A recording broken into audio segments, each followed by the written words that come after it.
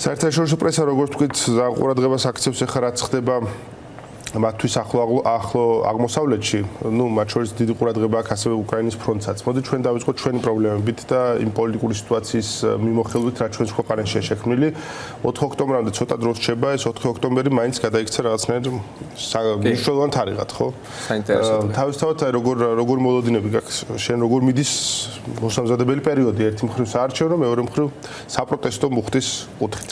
მოგესალმებით თქვენს მაყურებელს. ხო, 4 ოქტომბერი საინტერესო დღე გახდა ბევრი ადამიანისთვის სხვადასხვა მიზეზის გამო, უპირველესად უფრო ეს იმიტომ რომ იმ დღეს მოსალოდნელი არის დიდი მანიფესტაცია, ხო, რომელსაც სხვადასხვა ჯგუფები, მათ შორის პაატა ბურჭულაძე და სხვები აანონსებენ და ამის მიმართ ინტერესი არის გაზრდილი. ჩვენს კოალიცია ცვლილებისთვის და პარტია ახალი და ყველა ჩვენი ასე ვთქვათ პარტნიორი პოლიტიკური პარტია ამ დღეს ვიქნებით წარმოდგენილი საპროტესტო აქციაზე, ისევე როგორც ვიქნებით 27 სექტემბერს წარმოდგენილი, რომელიც შემდეგი ასე ვთქვათ დიდი თარიღი არის აქციის, ისევე როგორც ვიყავით 13 სექტემბერს და ისევე როგორც ვთქვათ ვართ ერთგული მთელი ამ საპროტესტო მოძრაობის და მისი გაფართოების მთელი ამ პერიოდის განმავლობაში. 4 ოქტომბერი ჩვენთვის ასეთი დღე არის და ჩვენ იქ ვიქნებით წარმოდგენილი როგორც აი ამ ასე ვთქვათ დღის თანამონაწილეები, რომელიც დღეს თავისუფლ არის ამ დიდი საპროტესტო მოძრაობის ნაწილი. რაც შეეხება ხო ვთქვათ იმ დღის დანაპირებს თუ იმ დღის მოლოდინებს, ამაზე ასე ვთქვათ წინასწარ ნამდვილად ვერ ვისაუბრებთ, თუმცა ჩვენ გვჯერა რომ მსგავსი საპროტესტო აქციებით და მსგავსი მოძრაობებით მივალთ იქამდე რომ საბოლოო ჯამში ივანიშვილი დასუსტდება და ჩამოიშლება იმგვარად რომ მას მოუწევს დათმობაზე წამოსვლა ქართულ ხალხთან მიმართებაში. ეს არის ჩვენი სისხლჯერა და 4 ოქტომბერი ჩვენ ასეთაირად გვესახება. ჩვენ იქ ვიდგებით 4 ოქტომბერსაც და იქამდე სანამ ივანიშვილთან ეს ბრძოლა არ დასრულდება ქართული ხალხის გამარჯვებით. ჩვენ თავს რაღაცა ტიპის დედლაინებს ასე ვთქვათ, ბოლო დღეებს არ უწესებთ. ვართ იქამდე ამ ბრძოლაში სანამ ეს ყველაფერი არ დამთავრდება ჩვენი გამარჯვებით. რაც შეეხება 4 ოქტომბერს თქვენ რამ ხედვას უყურებთ კრიტიკულად რა გაგებთ?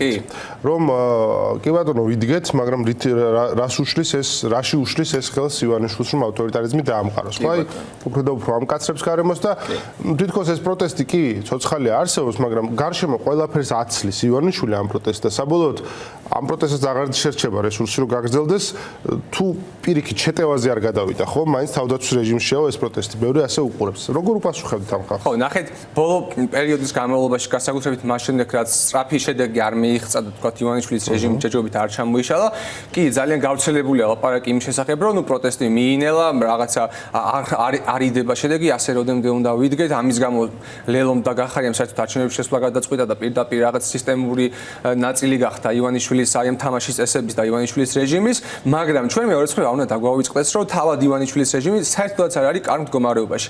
ისმევა ხოლმე შეკითხვა, რომ აი რა აზრი აქვს ამ პროტესტს, რა აზრი აქვს ამ ყველაფერს, ივანიშვილი მაინც ისე აკეთებს, როგორც უნდა.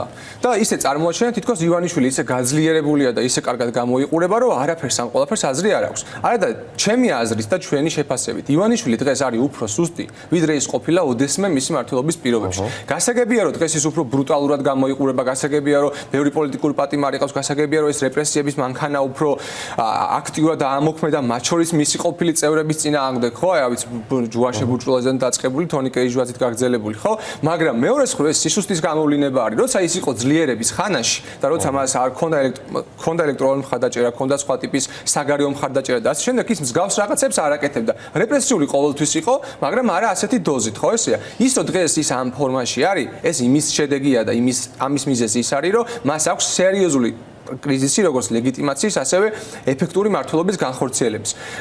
შესაბამისად, ეს ყველაფერი ანუ არ უნდა დაგვავიწყდეს, რომ ეს ყველაფერი უშედეგო ნამდვილად არ არის. ეხლა მთელი ეს რაღაცა როდის ჩდება ხოლმე გარეთ, როცა მის ფულს ეხება მხოლოდ საქმე, ხო? ეს რაღაცა არაბებს როცა შეხვდება, ირანელებს როცა შეხვდება, ეს კიდე საერთოდ ისეთი ამბავი არის, რომ არავინ, ესე იგი ამერიკელებს ეუნება ვარ შეხვედრას და ევროპელებს, რომლებიც ჩვენი პარტნიორები არიან, როგორც ეკონომიკური, ასევე პოლიტიკური და არაბებს, ირანელებს, ჩინელებს და ნუ როგორც გაირკვათ თუმე ამავე დროს რუსებსაც ხვდებიან ხოლმე. რაც თავარია რუსებს. თავისთავად შეხვედრაში არანაირი პრობლემა არ არის. უბრალოდ გქონდა რომ ეს გამოჩენაც მისი არ ემსახურებოდა ამ კონკრეტულ ვიზიტს. ის გამოჩნდა მაინც უფრო პოლიტიკური კონტექსტს დაენახა, რომ მე ვარ აქ უფროსი. მე შეთაბეჭდილება დამთავრდა. კი, და პოლიტიკური კონტექსტის ხო, აი ეს არის რომ კრიზისია. ნახეთ, მე გომელაურის ფოტო გამოვაგდეს იმავე საღამოს. ეს ბიძინა გამოჩნდა და ეს ყობახიძე უკან დაყვებოდა ლეკვივით, ხო, რაღაცა მოწყენილი ლეკვივით და ეს ყველაფერი ეს ხო ხინის გამო არ გაუკეთებიათ. ყველა მიცის რომ კრიზისია, ყველა მიცის რომ ერთმანეთს ეს კლანები ჩეხავენ, ჭამენ,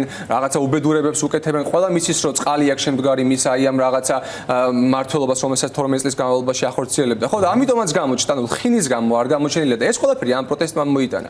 ეს არ მოუტანია რაღაც არჩევნებში შესვლას და იმის გამოგლეჯვას, რა ქვია, თბილისის უბნების გამოგლეჯვას ან რაღაცა სხვა ტიპის სისტემურ თანამშრომლობას რეჟიმთან, რასაც აკეთებს მაგალითად გახარიას ან ლელოს პარტია, ხო? ეს მოიტანა ამ პროტესტმა. 20 კაცი კეტავსო რუსთაველს ყობახიძე რო იძახის და მაგასო აღარ დაუშვებთო. აბა აღარ დაუშვან თუ მაგრები არიან. აბა მოვიდნენ და არ გადააკატინონ ჯერ ერთი 20 კაცი არ არის, ასობით ადამიანი დგას და ათასობითაც. ვინც ამბობს რომ 20 კაცი არის, იმ აქციაზე არ დადის. აქციამ დაადასტურა რომ ეს პროტესტი ძალიანაც ცოცხალი არის ბევრის გულის გასახეთქად. უბრალოდ აი კიდევ ერთხელ არ არსებობს დედლაინი გავიგეთ, მაგრამ რა არის ის ბუნებრივი კალაპოტი, რომელმაც ეს პროცესი უნდა მიიყვანოს გამარჯვებამდე, აი თითქოს ამის კონტურებს ბოლომდე ვერ აღვწევთ. დავით, აი ამაზე რომ ერთი ვისაუბროთ. შეხედეთ ივანიშვილის ერთ-ერთი მიზანი არის რომ 4 ოქტომბერს აი ამ არჩევნების ჩატარებით და რაღაცა სხვა ტიპის ქმედებებით მოახდინოს სიტუაციის ნორმალიზაცია და ჩაბეტონება იმ მდგომარეობის, რასაც ის ქმნის, ხო, ამ ავტოკრატიის აშენებას. მას აქვს ესეთი მიზანი და სურვილი, რომ აი 4 ოქტომბერს ჩატარდება არჩევნები, ვითომ არაფერი, მეორე დღეს გაიღვიძებს ქვეყანა, სადაც ივანიშვილი კვლავ არჩეულია ყველას რაღაცა მასში საკრებულოში, იქ ოპოზიცია გახარიეს და ლელოს სახით, რომელიც ოპოზიცია არ არის ჩემი აზრით, არის თითქოს ამ ყველაფერს თანამონაწილე და ყველაფერი კარგად არის, ცხოვრება გაგრძელდება. ეს არის მისი მიზანი, მაგრამ როდესაც შეხედავს ივანიშვილი, რომ ამით არც სიტუაციის ნორმალიზაცია მომხდარა, არც კრიზისი გადაჭრილა, პროტესტი ისევ გრძელდება და არის აღმავალი და აღმავალი არის პროტესტი ჩემი აზრით, ხო, მათ შორის 13 სექტემბერი ამის გამოვლინება იყო.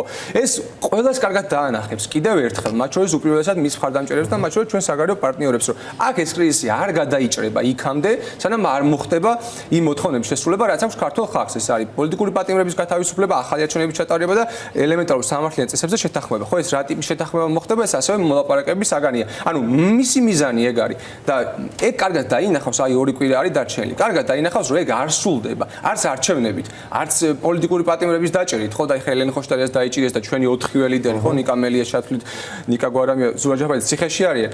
შეხედავს რომ არ სრულდება ეს ყველაფერი და შეხედავს რომ მას მოუწევს დათმობებზე წამოსვლა. ამავე დროს თუ კიდე რაიმე დედლაინზე უნდა ვისაუბროთ, რომ აი რაღაცა ტიპის ასე თქვა თარიღებზე უნდა ვისაუბროთ, ძალიან ლოგიკური არის და ძალიან ფაქტობრივად გარდაუვალი არის, რომ უიზო მიმოშლას დაუკარგავთ ქართველი ხალხი თუ ივანიშვილი შენარჩუნდება. და ეს წლის ბოლომდე გაირკვევა, როდის მოხდება ეს ყველაფერი სავარაუდოდ და პროცედურულად ასე არის გაწერილი ევროკავშირის სტრუქტურებში, ხო? აი შეგვიძლია დავადასტუროთ და აი ეს არის რაღაცა ასე თქვა შემდეგი თვეები და შემდეგი პერიოდი, როცა გამოჩნდება ეს ყველაფერი, რომ ივანიშვილი ვერ აგვარებს ამას და მოუწევს დათმობების წამოსვლა. ეხლა ეს მათ შორის თქვენ გავრცელეთ ინფორმაცია და ეს ამას თქო ძალიან ჩემთვის დამაჯერებელია და ყოველთვის ნოშიკო ნამორაძე გაიქცა თუ რაღაცა.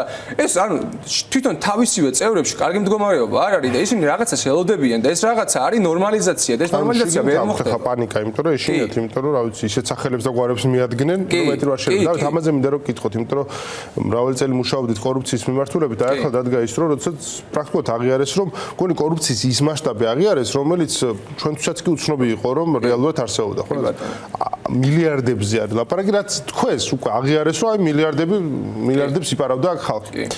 და მილიარდები თეთრდებოდა და ასე შემდეგ. მოდი ამ კორუფციის სტილზე ვილაპარაკოთ, მათ შორის მის ბუნებაზე, როგორი არის ივანიშვილის რეჟიმისათვის და ზოგადად თავი კითხვა ის არის, რომ აი ხა ყობახიძეს უნდა ეს იმიჯი კონდეს, რომ კორუფციას ებრძვის.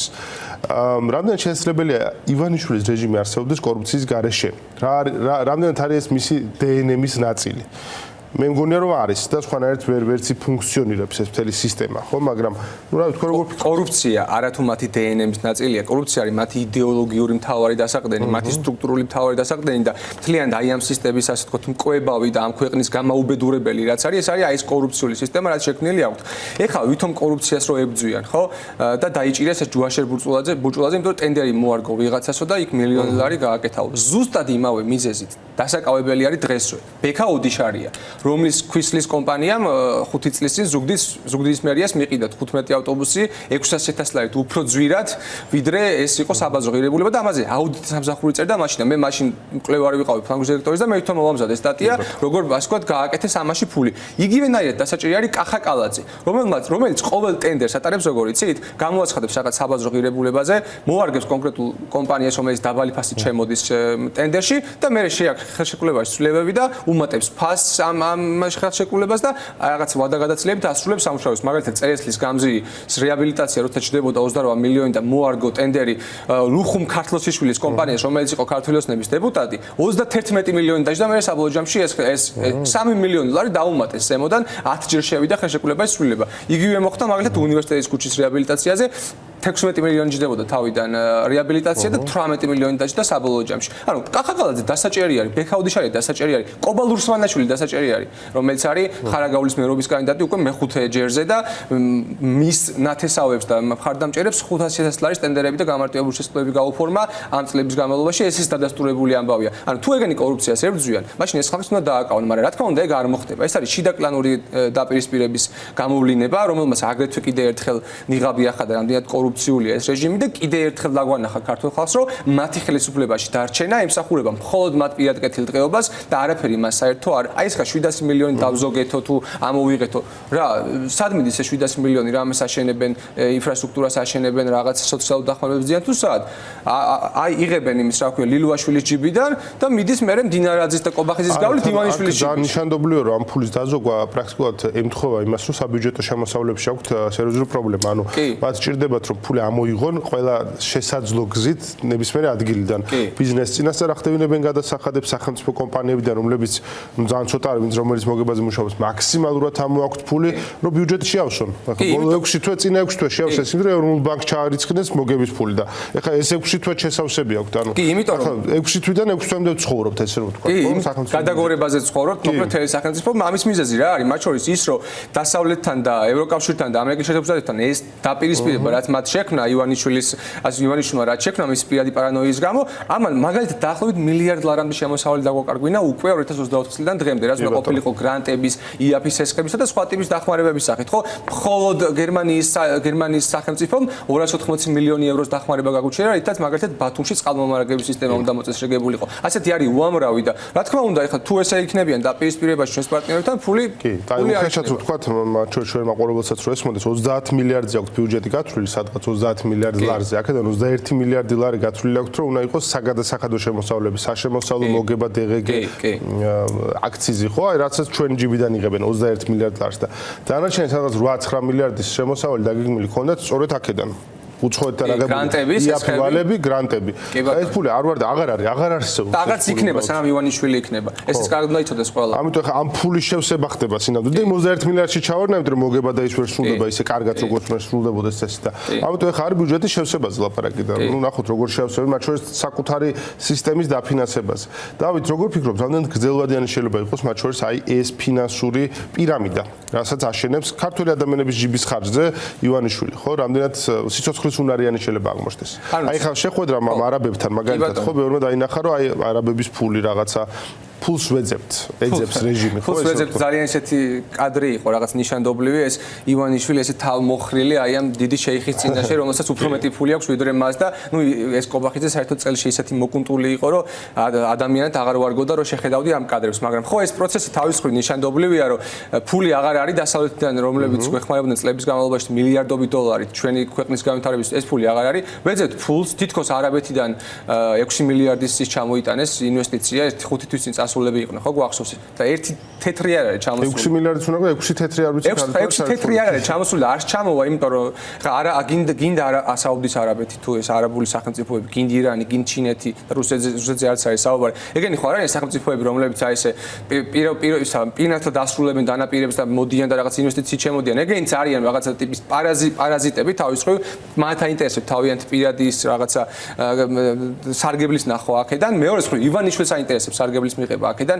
ეს შეხვედრებიც არ ემსახურება რაიმე ქვეყნის კეთილდღეობას, ემსახურება ივანიშვილის პირადი რაღაცა ბიზნეს ინტერესს. მხოლოდ მაშინ ჩდება ივანიშვილი გაეთ, როცა პირადი ბიზნეს ინტერესი აქვს. კრედიტ სუისმა რო თანხა გაუყინა, მაშინ გამოჩნდა არაბებისგან ფულის წამოღება რო უნდა, მაშინ გამოჩნდება. სხვა რაიმე რო ხდება ამ ქვეყანაში, მაგის ინტერესი მაგაც არ აქვს და ამას ცდილობენ, მაგრამ ეგ ვერ მოხდება. ანუ სად ყოფილა ირანთან ან არაბეთთან ეკონომიკური თანამშრომლობით გამდიდრებული ქვეყანა არსებობს ამ ქვეყანაზე, მე მგონი არც არა. ემირატებს აქვთ უზარმაზარი საგარეო საინვესტიციო ფონდი ფონდი გასაგებია, რომ ჩვენ შეიძლება გქონდეს ინტერესი ამ ფონდის მიმართულებით, მაგრამ ეს არ არის ის, რაზეც ჩვენი ეკონომიკა შეიძლება დაეფუძნოს, ხო და საიდანაც შეიძლება რაღაცა ფულს ვეძებთ, ეს არის დროებით ვალებს ვეძებთ. ხო, რომელიც ზოგი მოგცემს ზვირად, ზოგი მოგცემს გვაძლევ და იაფად. ხო, ევროპელებისგან შეშხულობდით იაფად.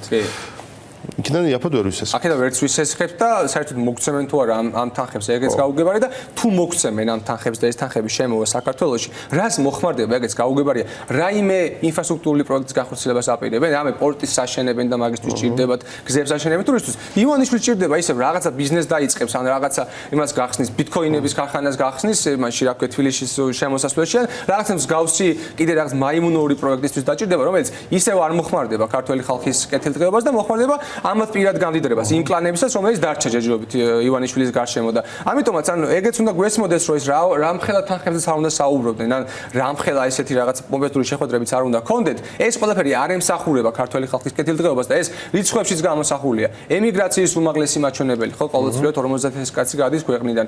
რაღაცა ეს სიღარიბის მზარდი რაოდენობა, გაზრდილი ფასები ბინებზე, ყველაფერზე, ანუ ეს იმის გამოვლინება არის, რომ აქ მდგომარეობა არ უმჯობესდება ქართველი ხალხისთვის და ეს ინვესტიციების თითქოს რაც უნდა შემოვიდეს, მაგას საერთოდ არ მოხმარდება. მოხმარდება ისე ივანიშვილის გამდიდრებას და ეგ ჩვენთვის არის ასე ვთქვათ, აბსოლუტურად შეუთავსებელი ჩვენი ეროვნული ინტერესებისთვის და ივანიშვილთან აი ამ ასე ვთქვათ დაპირისპირებაში ყოფნა, რაშიც არის ქართველი ხალხი, მათ შორის აქედანაც გამომდინარეობს, რომ ამ კაცის არსებობა ხელისუფლებაში და ჩვენი განვითარება ეკონომიკურად, პოლიტიკურად, სამხედროდ ნებისმიერ თვალსაზრისით არის შეუთავსებელი ერთმანეთთან, რაც ყოველ ჯერზე გამოჩნდა არაერთხელ. მადლობა ძალიან დიდი.